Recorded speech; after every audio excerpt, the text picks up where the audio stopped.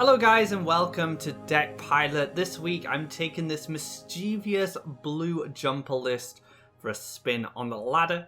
So let's see how I do with this deck and hopefully you guys will learn something. I'm a little worried if I'm honest because there's so much red on the ladder right now. This deck gets punished super hard by that color. But we'll just go for it. We'll see what happens. If Sturdy Shell gonna start things off, I can shift Sturdy Shell with the Prophet of the Tides next turn. Get into a double collection spot. Oh, we have a lake. So we have a blue mirror. This is actually the first non-red deck I've played in about 5 matches. So yeah, but be warned guys. I know I just made the deck doctor for this deck specifically, but it looks like the metagame has adjusted to respond to this deck because of how popular it's been. And mono red is definitely the main way you can answer this sort of list. Oh wow, Triton Trainer. That's actually a big problem for me because it kills my Sturdy Shell quite cleanly, so probably have to pre-frogify this to protect the life of my Sturdy Shell. Because I want to continue, I want to collect. So I get punished by... I get punished by Aurora. Aurora is going to really tip the match in his favor. We'll see if he has it.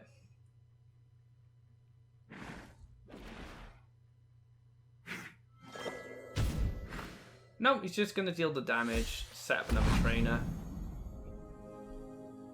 Okay, so I'm collecting more Faeria. Pick up the Mystic Beast, very nice. Hopefully I get an enchantment off this draw. No enchantment, but we'll just go Mystic Beast. And unfortunately my Prophet isn't really doing much, but my Prophet's not doing much in terms of collecting, but what my Prophet does do is challenge this trainer if he comes down to double collect in this area. So even though it looks like he's just sat there not doing much, he poses a threat to this getting cleared, and that's pretty important. He will not come to this well until this is removed. It looks like he's just going to go for a full clear with both creatures. He's going to retreat and then go for Battletoads to free up his lakes. And one of them gets powered up as a 4/4. And he does run the Falcon Dive. And I'm a big fan of this card. If you want to put in Falcon Dives in your deck, I wouldn't blame you. They are very good. So again, taking the collection. I might actually go for Phantasm here to start collecting from this side, so unless I just reinforce this area. You know what? I'm gonna Phantasm my Sturdy Shell now, so he doesn't get cleared by this frog, and then I'm gonna +1 into Triton Trainer. So Triton Trainer basically doing the same job as that Prophet of Tides did. You know, protecting this well, making sure this frog doesn't go for a cheeky double collect, because then I can take it out and collect myself. If I just double neutral here, I collect. Say he goes double neutral, I can go straight across and then clear it. But he might have Aurora, or he might have a Phantasm of his own. We'll see how he does it. Oh wow, okay, so happy to commit these to the board. So he's going to go for like a value clear. But I have a plan of my own. So double neutral, collect. We're gonna move this guy up aggressively. Then we're gonna Aurora. We're gonna move this guy up aggressively. Then we're gonna clear the 2/2, and then we're gonna Aurora the Triton back up to a 6/6. So now it takes both of these guys to clear my trainer, unless he has Frogify, which he gets the value then anyway. But now I'm gonna march these 5/5s up to his orb. See how he handles this. Yeah, it's just going for the clear. So I did a 3-for-1 there with that creature alone. So actually I did a 3-for-2. That's pretty nice. He's going to set up a Mystic Beast and another trainer, which gets powered up by the 5/5? No, it doesn't. I thought he had a trainer buff on the stack there, but he doesn't. Fortunately. He does on this Ninja Toad, so we're going to kill one of my Phantasms. But doesn't collect from this well. So I'm pretty happy with that. I'll take it. So now we get to move here. Set up a lake. Play the Wave Crash Colossus. And then play the Mystic Beast.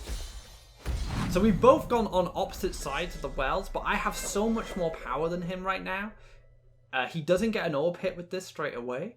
So he can move here, Lake, into Colossus, but I get the first hit with the 7/7.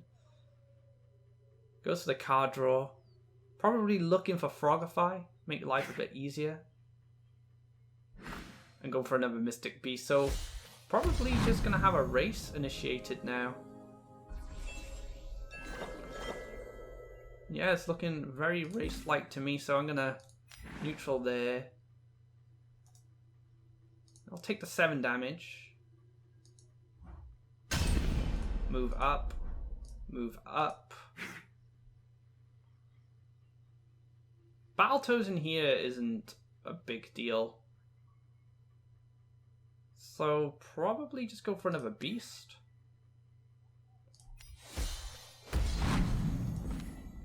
And I have a neutral to do something with.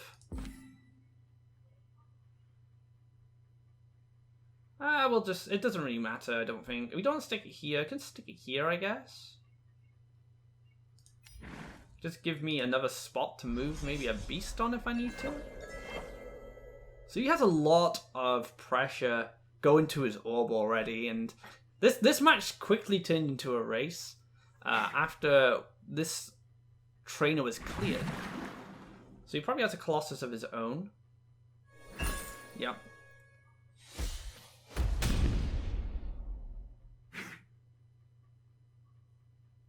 So I win? Unless he has enchantment. No. I'm a little bit off. That's 11, that's 12. Yeah, so I'm 1 off right now. So if I pick up an enchantment, I've won. So we'll just Frogify this to limit the damage going to our orb. Clear this guy. Jump this guy here. Push the damage. And I'm going to jump this person here so I can get in reach of maybe clearing something on this spot. And then I have Aurora move into safety. I shouldn't lose this game. Double enchantment plus the frog is only 12. So, yeah, as you can see there, it turned into a race in the mirror. I'm quite happy to find the mirror there and give you a good idea on how it's played out. And I think it really came down to him not having Frogifies, not having Aurora at the right time. That could actually have a big influence in who wins that matchup. Alright, we're going to go into game number 2 now, and hopefully we won't get a bad matchup. We're going to get into Mino Caro. Mino Caro is part of the new team Zenith, and also a qualifier for this month's monthly cup, so should be a good match. This hand looks pretty good actually. We got Battletoad, you can move our lake, get an early Mystic Beast. I'm assuming Mino is playing Rush. He's a Yellow Rush specialist, so I'm just going to make a lake here. And if he isn't playing Yellow Rush, I'm still going to build up this way. Oh, he's playing green, okay. Interesting. I wasn't expecting that. I have a lot of different lines here, so I could profit. 1, 2. But I think I'm just going to go for the Triton Trainer instead, because now my Battletoads are going to be more powerful, and green's going to be a problem if I don't pick up the Frogify. So Frogify is going to be very important to my strategy. Oh, he's playing Green Rush? So he is playing Rush. Oh, right. This is Green Yellow Rush. Interesting. Alright, so we have to completely change how we play now.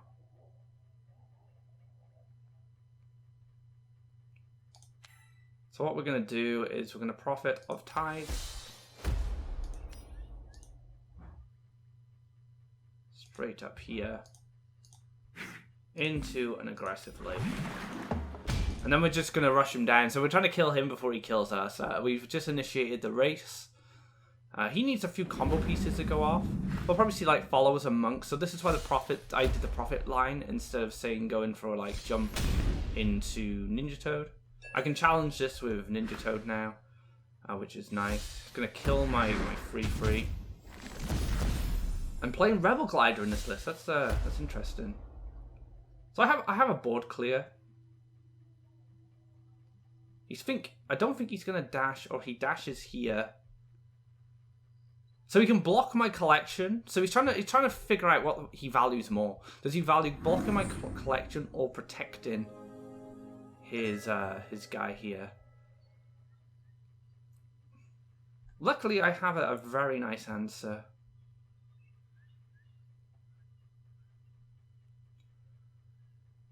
So I'm going to take the Ninja Toad.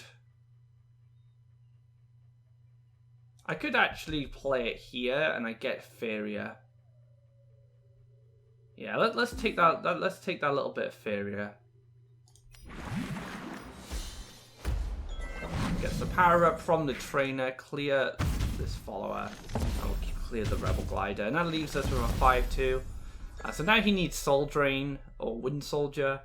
Soul Drain into follower or Soul Drain into +1 monk would be a little annoying, but. Doesn't look like he's got anything going on. Might just have Monk. Another Rebel Glider. Okay. So he might dash this over here to force me to build plan. No, he's gonna leave it there. That's okay. That's fair enough.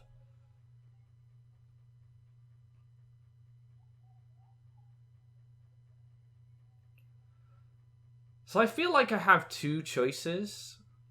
I actually have a lot of choices. So I could Lake into Mystic Beast. Put down 4/5. I could Battletoads instead. Lake here and Battletoads in these two spots. So I collect 2 Faeria. Then I have a Battletoad that can fight. And then I have Aurora to push 6 damage.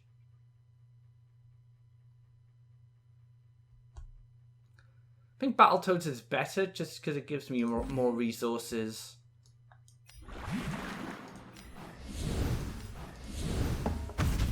I collect 2 Faeria and I can push 6 damage, or I can kill something with Aurora. So if something unbearable comes down, I do have an option. So no play there, that's fine.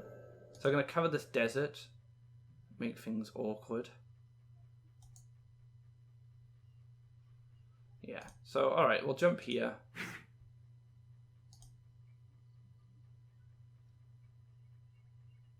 Jump. He could Doomsday, actually. No, he can't. So, Doomsday is now 9 Faeria, so he goes up to 3/1. So actually I can be quite aggressive, unless he runs Soul Pact. Then I'm going to be in a bit of trouble.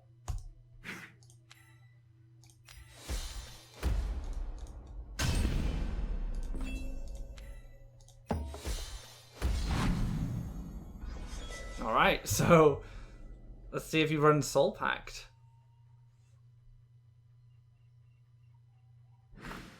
Oakland Feed. Still not enough for Doomsday, fortunately. Takes the draw as well. Goes for an Earthcraft. It's probably going to be a Monk. I don't think he can win from here. I haven't got Lethal. Yet. I can get lethal with the Phantasm. It depends if he kills anything. The problem is everything up near his orb has too much power for a Choking Sands, for example. So he needs like a Last Nightmare, and he doesn't currently have the Faeria for it, unless he hits my orb into Prayer and then Nightmares.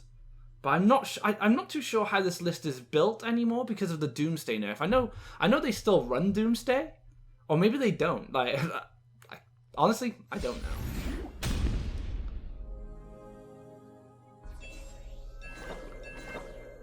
Yep, so that's well played.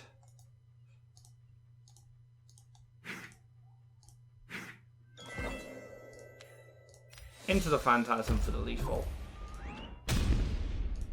And boom, there we go. So I had to take the more aggressive line in that match because I identified early his strategy, and then I was able to put on too much pressure. So the Prophet of the Tides was actually really important there because I wouldn't have been able to apply that amount of pressure without it. So good games there. That could be a strategy you take if you do play against this green-yellow rush deck. That concludes this episode of Deck Pilot. I hope you guys enjoyed it.